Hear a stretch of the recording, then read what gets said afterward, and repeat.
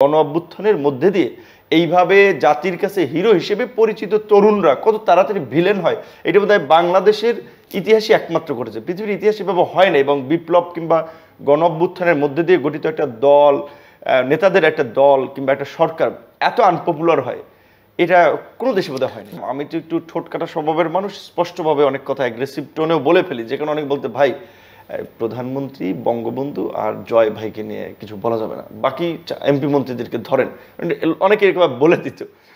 একটা নির্বাচন তো আর শুধু নির্বাচন না, যেন তেন নির্বাচন না, কারণ নির্বাচন 24 নির্বাচন ছিল, 18 নির্বাচন ছিল, 14 ছিল, তার আগেও আমরা নানা ধরনের নানা রঙের নানা ঢঙের নির্বাচন দেখেছি। সো সেরকম নির্বাচন নিশ্চয়ই মানুষ চায় না, একটা মিনিংফুল, একটা ভালো অবাধ সুষ্ঠু গ্রহণযোগ্য অংশগ্রহণমূলক যেভাবে বলি একটা ভালো নির্বাচন আমরা চাই। আপনি কি দেখেন কি না সেরকম নির্বাচন, এবং সেই নির্বাচন করবার জন্য যে ধরনের সরকারের দাবি বিভিন্ন সময় আপনারা বিভিন্ন বিএনপি সহ অন্যান্য দল তুলেছে যে একটা নির্দলীয় নিরপেক্ষ সরকারের অধীনে এই সরকার আসলে নিরপেক্ষ কিনা, সেটাও একটা প্রশ্ন।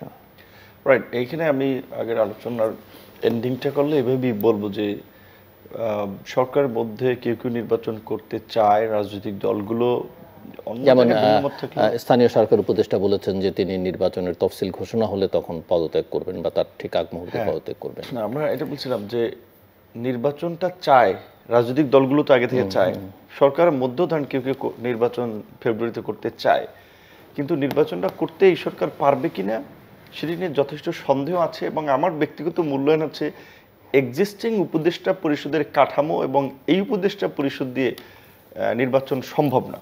যেটা প্রধান উপদেষ্টা বলেছে যে তিনি বাংলাদেশের ইতিহাসে একটা ভালো নির্বাচন করতে চান, সেটা বোধহয় সম্ভব না, সেটা ইতিমধ্যেই পরিষ্কার হয়েছে। আর সরকারের নিরপেক্ষতা নিয়ে দেখেন, আসলেই ডক্টর ইউনূস স্যারের মতো ব্যক্তিকে নিয়ে বিরূপ মন্তব্য করতে চাইনি কিংবা নিজেদের কাছে বিব্রত বোধ হচ্ছে, কিন্তু এটা ঠিক যে আলটিমেটলি গভর্নমেন্টের যা দায় সেটা তো সরকার প্রধান হিসেবে সে এড়াতে পারে না। এই সরকারের স্পষ্টতই একটা সদ্য জন্মগ্রহণ করা কিংবা জন্ম লাভ করা একটা দলের প্রতি একেবারে ওপেন পক্ষপাত দুষ্ট ভূমিকা আছে।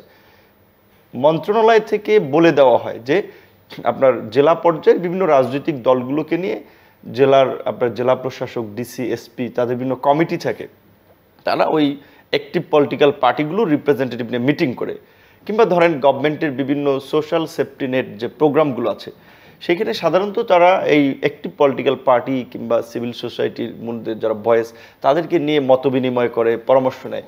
সেখানে এনসিপিকে প্রায়োরিটি দেওয়ার জন্য মিনিস্ট্রি থেকে বলে দেওয়া হয়, ডিসিদেরকে ফোন করা হয়, এসপিদেরকে ফোন করা হয়, ওসি ইউনোরা তো তাহলে লাগে না। এবং এই সরকারেরও এই গণ অভ্যুত্থানের পরপর আমরা দেখেছি তো সুপ্রিম কোর্টের বিচারক নিয়োগ হবে, সেখানে এনসিপির বা এই ছাত্র আন্দোলনের নেতারা ভাইবা নিচ্ছে, তারপরে সচিব হওয়ার জন্য ছাত্র নেতাদের সুপারিশ নিয়ে যাচ্ছে, বিভিন্ন জায়গায় পদায়নের জন্য, এমন কিছু দেশের মধ্যে না, দেশের বাইরের বিভিন্ন দূতাবাসেও যারা ধরেন প্রেস মিনিস্টার কিংবা বিভিন্ন ধরনের দায়িত্ব নিয়েছেন, তাদের সুপারিশ নিয়ে। আর আমি আবারও বলবো যে এরকম একজন জ্ঞানী গুণী মানুষ, এত হাই লেভেলের মানুষ, এই কথাটা তার ওইভাবে বলা ঠিক হয় নাই যে ছাত্ররা আমার নিয়োগকর্তা, তারা যতদিন চাইবে ততদিন আমরা থাকবো।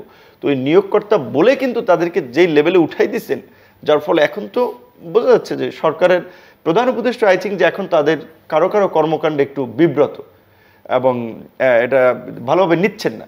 কিন্তু কাজ হবে কি, তিনি তো প্রথম দিকে উপরে উঠিয়ে দিয়েছেন।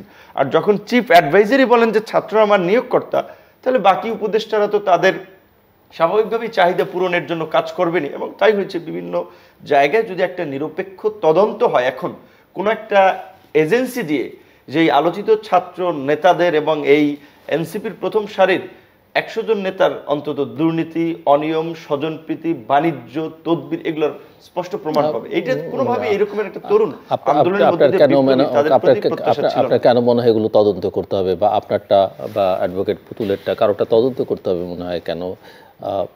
না, আমরা বলছি যে ধরেন আমরা কথা বললে অনেকে মনে করতে পারে যাদের তদন্তের কথা, সে একটা রাজনৈতিক দল করে, অনেকে মনে করতে এটা পলিটিক্যাল জায়গা থেকে বলছে, আমি বলতে পারি মনে করি পলিটিক্যাল জায়গা, সেজন্য বলছে এটা যদি নিরপেক্ষ তদন্ত করা হয়।